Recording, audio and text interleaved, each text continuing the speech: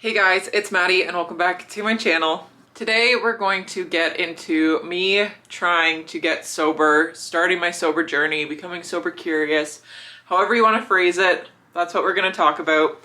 I'm going to go into my story of when I started drinking, when it was fun, when I was having a good time, where things kind of took a turn, my use of drugs, going to AA, what made me want to get sober, and kind of how I ended up where I am now. This is my story, my journey, so please don't be too harsh on me. Please don't be too critical. I just want to put it out there because I don't think it's talked enough about, and especially being young, like I'm only 24 and starting to become sober. It's not super common where I'm from, like in a small town. Not a lot of people are like sober or openly sober or have openly talked about struggling with this kind of stuff. So I wanted to put it out there. So I guess we will start when I was like 17, I think is when I really started to drink, and I would take the alcohol from my parents' house. And growing up in a small town, that's normal. That's what everyone does. We all go to house parties. We all take the alcohol from our parents or find older friends who can buy it for us. It was very common. My parents knew I was drinking. They always knew where I was too, like where I was going. I was very open with them about it. And it was never a problem. Like it was maybe every other weekend we'd go to a house party, like on a Friday or Saturday night, and like always doing it very safely. And that went on for like a couple years. Like I remember having a fake ID and going to the bars with my cousin, and I would get in, and I was only 17 at the time. And I never had an issue. I was always very outgoing. I would talk to everybody. It was very social. I had a great time. I would be hungover, but you know, when you're that age, you bounce back real quick, real fast. And I loved it. I loved how social I became and like the person I would become when I was drinking. And then it slowly snowballed into issues, but we'll get there. And then that led to my first time trying drugs, specifically, I don't know if I can say it, but anyways, this is going to be very open and honest. So please, please, please don't be too harsh on me because I haven't really shared this with anyone. So why not put it on the internet? Why not the first place I really share it be on the internet? And this is the first time I'm talking about my timeline, so it might get a little fuzzy, so I apologize. I'm going to try to keep it as chronological as possible. And then shortly after I started drinking, I was hanging out with the wrong crowd in a town over. They were like 4 years older than me, these people, and that's when the drug use really started to ramp up, using a lot of it. I wasn't smoking weed, but I was drinking a lot and using a lot of drugs, and just not with the right people. But again, at that time, I was still having a lot of fun. I was never blacking out. I was just enjoying life, enjoying being young and very carefree and just doing what I was doing. It was also very careless and reckless, and I never like put myself in very dangerous situations. Like I never drank and drove. I never did any like reckless behaviors. I was just going places I shouldn't have been, like people's houses, hanging out with people I shouldn't have been. Looking back on it now, at that time I thought I was just living the best life. And then I went to college, and at college I was drinking by myself because I didn't have any friends. I was only 18 at the time, had no friends up at school, so during the week I was drinking on my own. I didn't see any issue with that. I was like, oh, I had a long day, so let me crack open a Smirnoff Ice and just sip it and just have a great time. That only happened like a few times. It wasn't like an everyday type of thing, but it was definitely like probably once or twice every other week. I wasn't really smoking weed either, no drug use up at school, but then I would come home on weekends and hang out with some people that I shouldn't have been again, and that's when the drug use happened. And that was a cycle that lasted for about 4 or 5 months. And then I failed out of school, and that's when the drinking really ramped up again. And it was still fun. I wasn't blacking out. It was genuinely fun. I used it as a social thing. Wasn't really drinking on my own after that. Like once I came home from school, it was just social. Just on weekends, I'd work during the week, and then on weekends is when I would let loose and have a great time with my friends. The summer after is like, there was just so much drug use going on. Like that, just so much, and it makes me so sad thinking about that. And I'm not gonna lie, I was doing the same cycle pretty often, so it kind of felt like Groundhog's Day, and I'm definitely getting my timelines blurred. So just because it was all the same, it was the same cycle I was going through. I was doing the same thing week after week, and it went on for quite a while, like several months. And I would kind of like ebb and flow with these different friend groups. I would hang out with them for like a couple months at a time, and then would go a little bit without seeing them. Then we'd find each other again. And then I started dating this one guy. We're not together anymore. He hasn't been in my life for quite a while, but we would drink. He lived on his own and like had his own house, so all of his friends would come over and we were drinking a lot. And then we started using drugs, and then that kind of stopped for a bit, and then he got me into smoking weed. Like, I'm not blaming him. I'm not blaming anyone else in these stories, except like I'm taking responsibility for it 100%. He just like introduced me to weed. There was never any peer pressure from anyone to do what I was doing. I made these choices all on my own. I want to make that very, very clear. I am responsible for my own actions. But he introduced me to weed, so like every weekend we were getting high and then would like binge on snacks and candies. And I think that's kind of where my binging started, because it was just such a comfort thing, and like those were good times to me, just sitting on the couch with him, watching movies, getting high and binging. So I think that's kind of where it like started, because it's like a comfort for me. But yeah, that's when a lot of smoking weed happened. Actually, before I started dating him, I went to Fanshawe in London. In Canada, or in Ontario, the drinking age is 19. So when I first went to college, I was 18, couldn't buy my own booze, was just taking it from my parents' house or finding older friends to buy it for me. And then when I went to Fanshawe, they don't call it Funshawe for nothing. There is a lot of drinking and partying that goes on down there, and I heavily participated in that. So I was 19 when I went down there, so I was legally able to buy alcohol and to get into bars. Like, I had a fake ID growing up, but I didn't really use it unless I had to. I didn't use it any more than necessary because I didn't want it to get taken away. So when I finally was of age, I was buying all the booze down there. I was going into all of the bars. We were going to like Jack's for $1 beers on Tuesdays, drinking randomly throughout the week. If we had a stressful day of classes, we would get like shit-faced, or wine Wednesdays, taco Tuesdays. And then on weekends, I would actually come home and work. So then when I was home on weekends, I'd see my friends from around here. We'd go to house parties, we'd drink, I didn't really go to bars around home. That was more of just a London thing. Slowly but surely, the drugs found their way to me in London, or I found my way to them, however you want to say it. Same thing, but yeah, so that happened. And then at school is actually where I first got crossfaded. So I was drunk and then I smoked weed, and that was the worst experience of my entire life. Like, I was puking everywhere, and that was my thing when I would drink. I would most likely puke every single night I drank, because I would just get so shit-faced. And it was never just a couple drinks. Like, I always drank to get drunk. Like, that was my goal of the night, was to get hammered.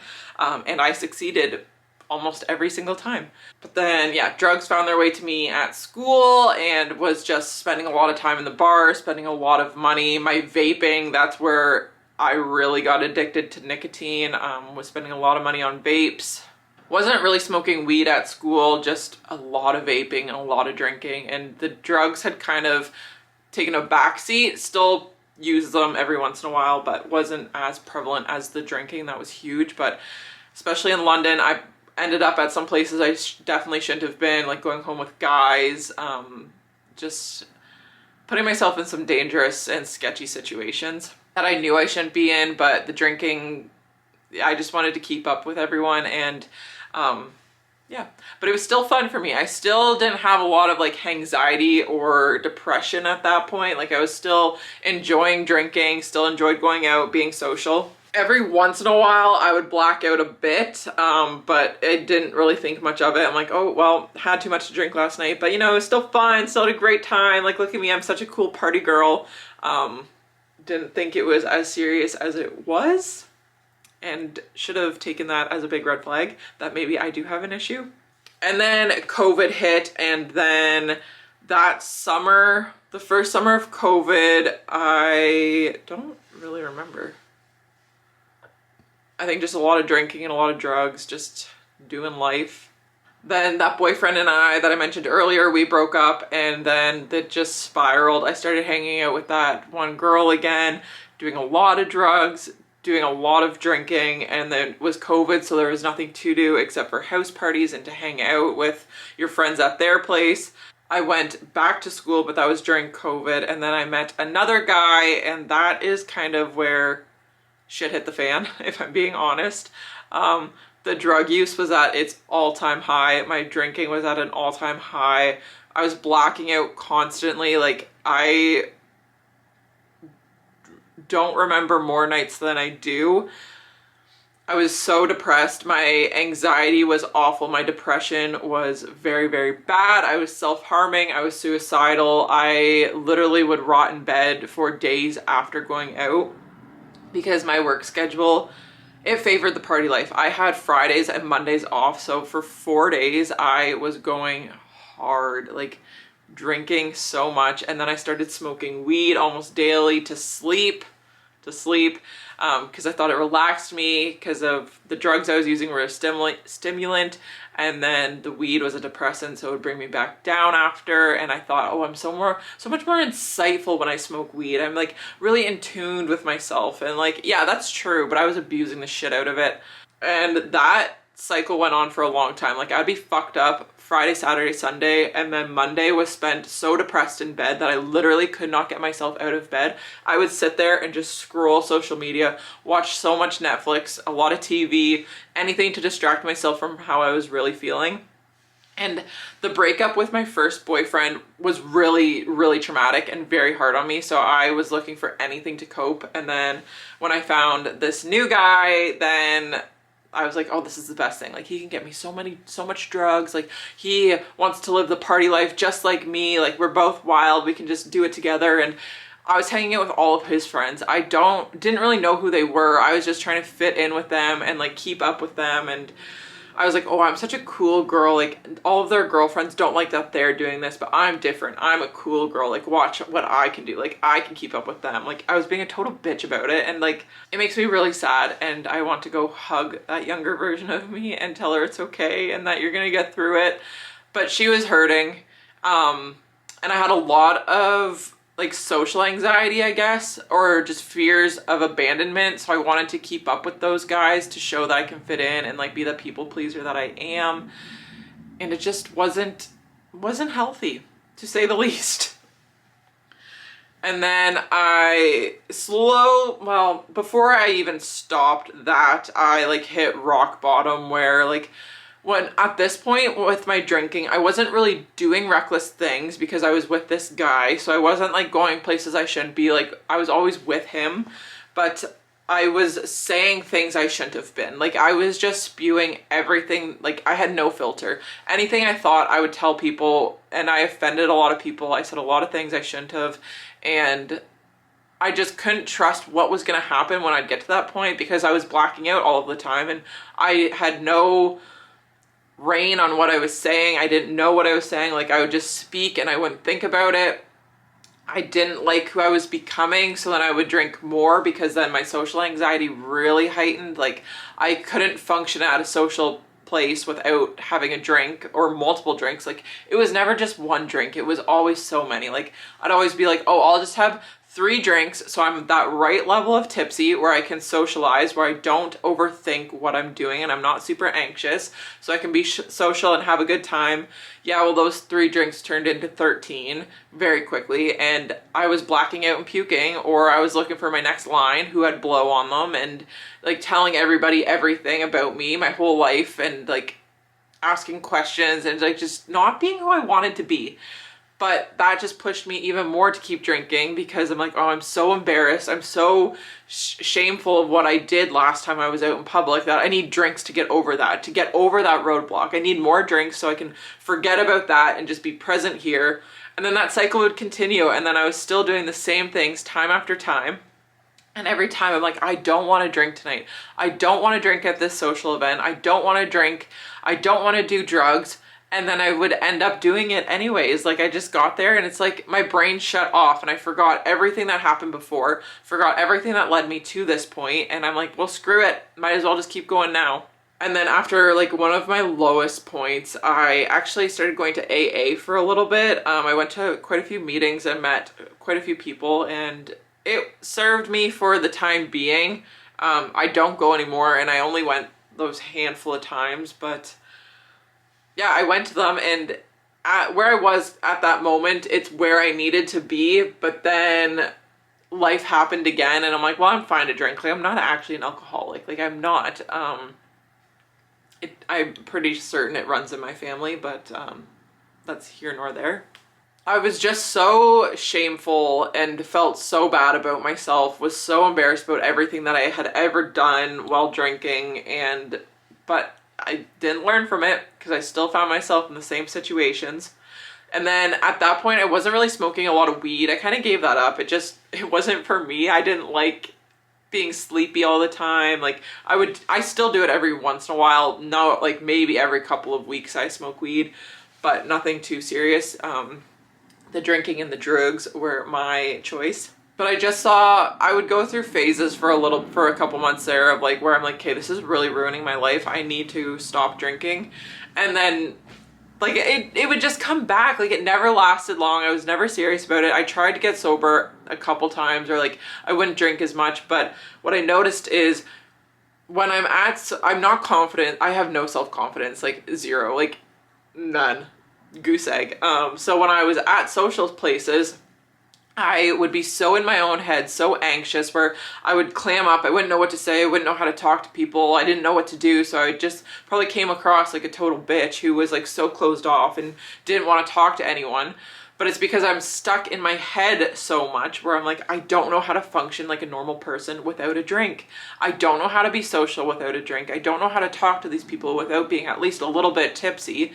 So then it would lead to like, okay, I'll have one drink. And I'm like, oh, I feel like how I'm feeling. Things are going good. Let me have another. And then another and another. And then next, I'm puking or shit-faced and spewing my whole life story to anyone who would listen. And then I'd start smoking cigarettes too. And like, that's not me. That's not who I am. But it is me. Like, that's the version of me people know. And the embarrassment would be so hard on me. Like, I was self-harming at this point too. I was very depressed. I was suicidal. I was calling into work because I couldn't get out of bed because I was like wanted to rot in my own bed out of guilt and embarrassment, and it affected my whole life. So for a bit there I was sober. I don't even, like a couple months maybe I went without a drink. Not very long, but that was long for me at that time of my life.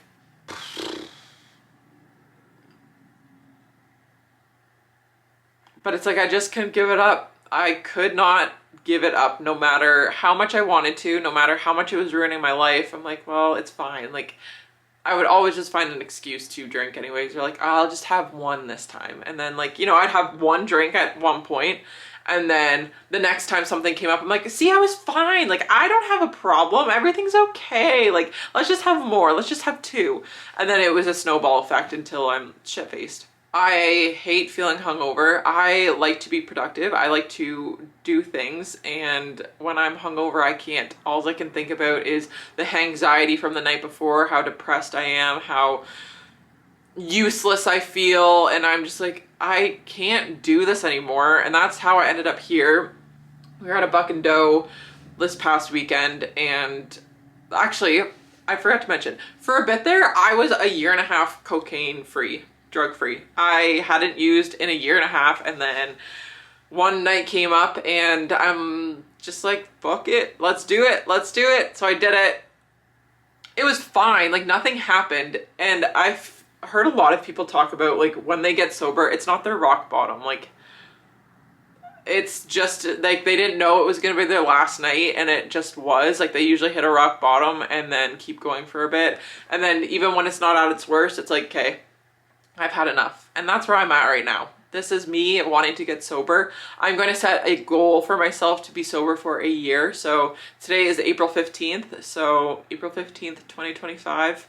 we'll see where I'm at. I am still going to therapy and I need to talk more about this because the shame and the guilt, I still feel it. It still is something I struggle with every single day, thinking back onto certain events, certain days that I was not at my best. And it's hard. It's really, really hard, but I want to be able to go to things sober and to do things I want. Like, I know it's in me to be social like that. I don't exactly know what switched. I think it was that one, like my time with that one guy that really screwed things up for me. That really ruined my self-confidence being out in public. And I think COVID too didn't help with that. Like, it's just a big, big struggle in my life. And it's very strange because I am more confident around people I don't know than people say I went to high school with. Like, at that Buck and Doe, it was like a freaking high school reunion. And I think I'm just so ashamed of what I did before in the past that I think those people who know me are going to hold it against me and won't want anything to do with me and think I'm an embarrassment and that, like, I'm annoying and they don't want to socialize with me. But whereas when I'm with new people, they don't know anything about me. They don't know anything about my past, so I can be who I truly am. I don't feel like I have this image to live up to or live down to, because I kind of feel like the people that do know me have this set image of who I am and I need to fulfill that role for them. And so I'm like, fucked up way. I don't know where this stemmed from. This is like a therapy conversation I have to have. But yeah, so I find when I'm with people I somewhat know, that's when my drinking gets worse than when I'm with people I don't know. But yeah, I'm gonna be sober. I'm sober. I'm getting sober. Today is the first day. I can't wait. I might be like what they call California sober. I might smoke weed here and there, but I'm not doing drugs. I'm not drinking. I am going to do a lot of self-discovery and trying to be confident in who I am, because like when I'm drinking, I'm still me. And that person who comes out when I'm drinking, the good parts of her, I can bring that out when I'm sober. Like, I can be that social person sober. I just have to relearn how to do it and navigate that. But I'm excited to try. It's not going to be easy. I think I'm going to do like weekly check-ins just to see where I'm at, do a little debrief like this, because I think that'll be very helpful to keep me accountable. And if you want to try and get sober, you can join me on this journey. I don't really know how I'm going to like document it, but I'm excited to do it. I'm excited to get this under control and not spend my days ashamed of myself and who I am and replaying every single event from the night before in my head, trying to find something to ruin it. Like, the Buck and Doe was fun. I had a good time. Nothing bad happened, but the thing I will do is I'll ruminate on it and I will sit here and replay every single detail until I can find out one thing that I'm embarrassed about, and then I'll just replay it until I feel so guilty about the whole night and think I'm a big huge fuck up and that everyone hates me. That's what it's like living inside of my brain. It's not a happy place, but I am not suicidal. I don't self-harm anymore. I am at a better place, but I know what I can be at sober and not having this brain fog from the alcohol, not having that influence me, because alcohol and drugs literally soak the dopamine, or like suck it out of you until you have nothing left. And I need all my dopamine I can get. I am already depressed. Even before I drank, I was depressed. Like, this, it just heightens it. It just makes my depression so much worse. But anyways, story of my life. But I'm changing that story. We're rewriting it. How cheesy is that? We're rewriting our stories. But anyways, thanks for watching this. I will see you guys in my next one. Bye.